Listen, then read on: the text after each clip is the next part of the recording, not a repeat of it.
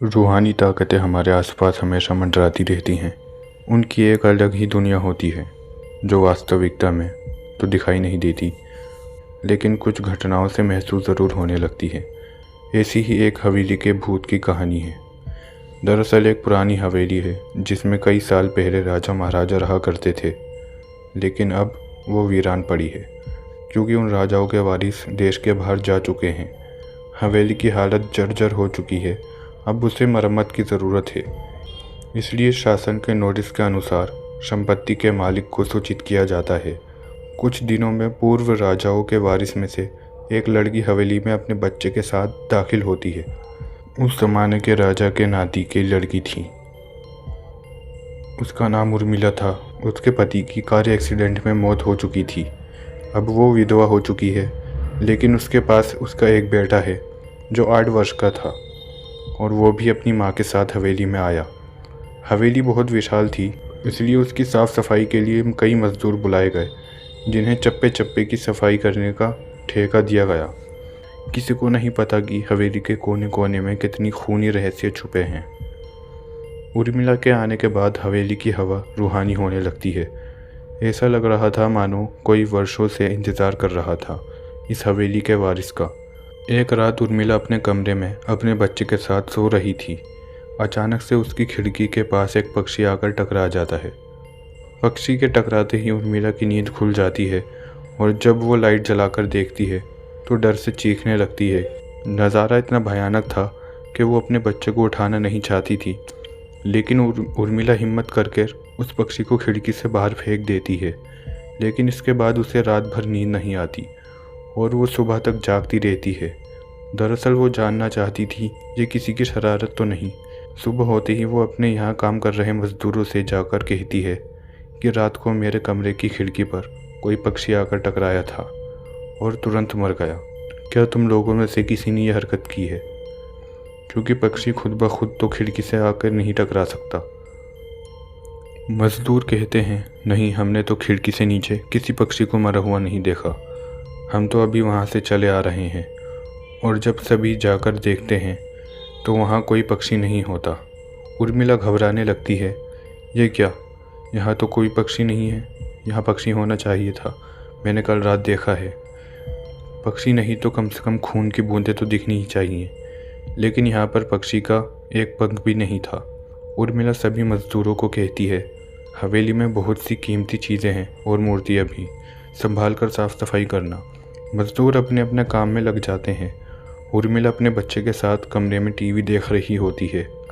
अचानक हवेली की छत से एक मज़दूर नीचे गिर जाता है। उर्मिला को अचानक से लोगों की आवाज़ सुनाई देती है। वो भागकर खिड़की से नीचे देखती है तो एक मज़दूर की लाश पड़ी होती है। उर्मिला कमरे से नीचे आती है और इसके गिरने का कारण पूछती है। लोगों के जवाब अलग अलग थे। कोई कह रहा था कि इसने खुद आत्महत्या की है, और कोई कह रहा था कि यह गलती से गिर गया। सभी के दावे अलग अलग थे, लेकिन उर्मिला को कुछ अनकही बातें सुनाई दे रही थीं। उर्मिला के कान में अचानक से एक आहट के साथ आवाज़ आई, अपने बच्चे को बचा सकती हो तो बचा लो। उर्मिला ये वाक्य सुनते ही अपने कमरे की तरफ भागने लगती है, क्योंकि कमरे में उसका बच्चा अकेला टीवी देख रहा था। जैसे ही उर्मिला कमरे में पहुंचती है, उसका बेटा खिड़की से कूदने वाला ही होता है कि उर्मिला उसका हाथ पकड़कर वापस खींच लेती है, लेकिन बच्चा फिर भी कूदने की ज़िद कर रहा था।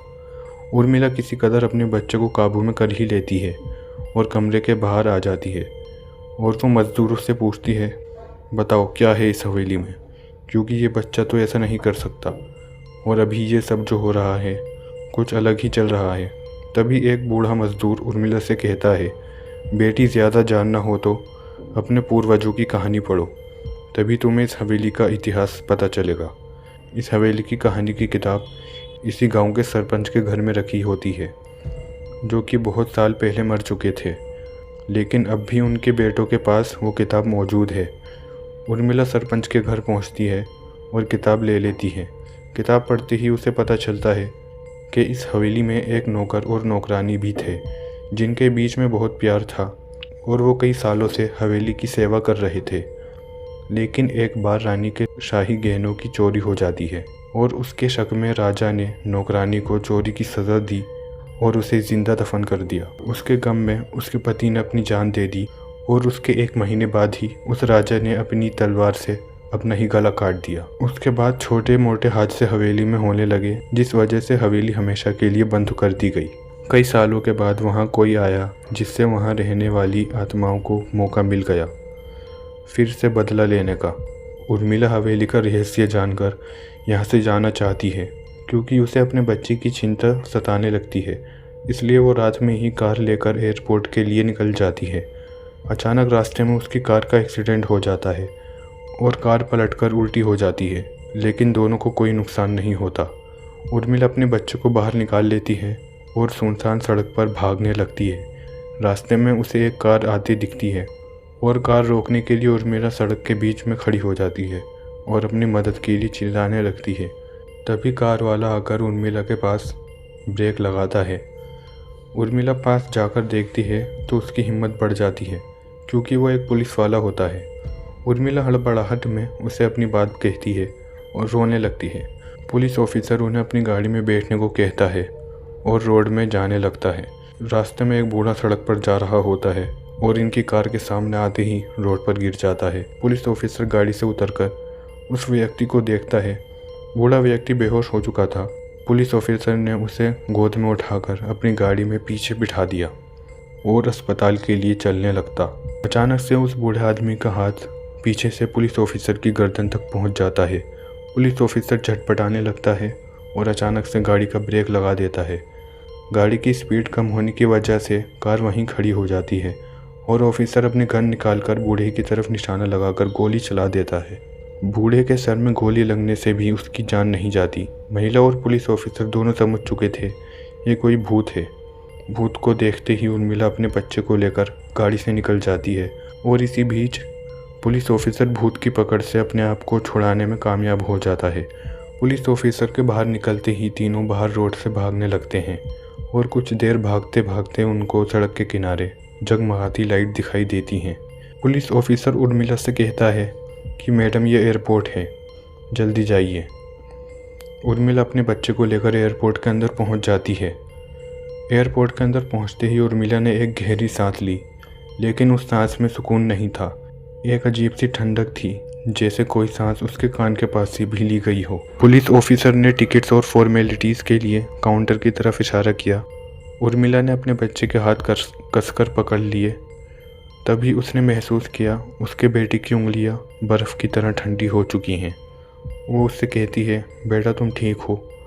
बच्चा धीरे से मुस्कुराया, लेकिन वो उसका बेटा नहीं था। उसकी आंखों में एक पल के लिए वही अंधेरा चमक रहा था जो हवेली के अंधेरों में था। उर्मिला ने झटके से उसका हाथ छुड़ाया। वो कहती है, तुम। तभी एयरपोर्ट के स्पीकर से एक अजीब सी खर्राश भरी आवाज़ आती है, फ़्लाइट नंबर 1313 हवेली एक्सप्रेस अब कभी वापस नहीं आएगी। लोगों को कुछ भी असामान्य महसूस नहीं हो रहा था। सब अपने काम में लगे थे, जैसे ये आवाज़ सिर्फ उर्मिला के लिए थी।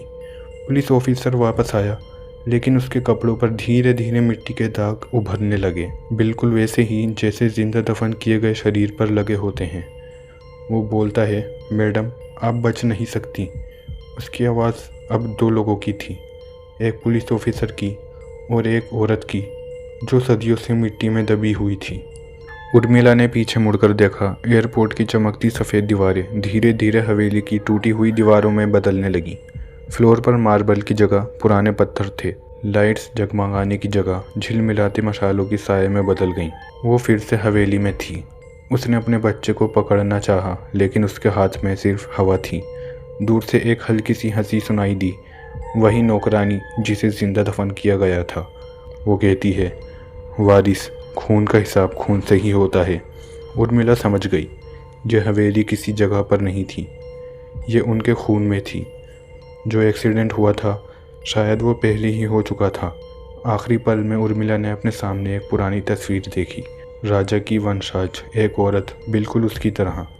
तस्वीर के नीचे लिखा था, बदला पूरा होने तक हवेली अपने वारिस को छोड़ती नहीं। अचानक सब कुछ अंधेरा हो गया। सुबह गांव वालों को खबर मिली, रात को सड़क पर एक पलटी हुई कार मिली थी। उसमें एक औरत और एक बच्चे की लाश थी। पुलिस रिपोर्ट में लिखा था, एक्सीडेंट स्पॉट पर किसी तीसरे व्यक्ति के होने का कोई सबूत नहीं मिला, लेकिन कार के शीशे पर अंदर की तरफ से खून से लिखा हुआ था, मैं वापस आ गई हूँ। और उस रात के बाद हवेली के ऊपर वाली खिड़की में फिर से एक छोटा सा साया दिखने लगा, जैसे कोई 8 साल का बच्चा बाहर देखकर मुस्कुरा रहा हो। कहानी यहीं ख़त्म नहीं होती, बस हवेली ने एक और इंतज़ार शुरू कर दिया है।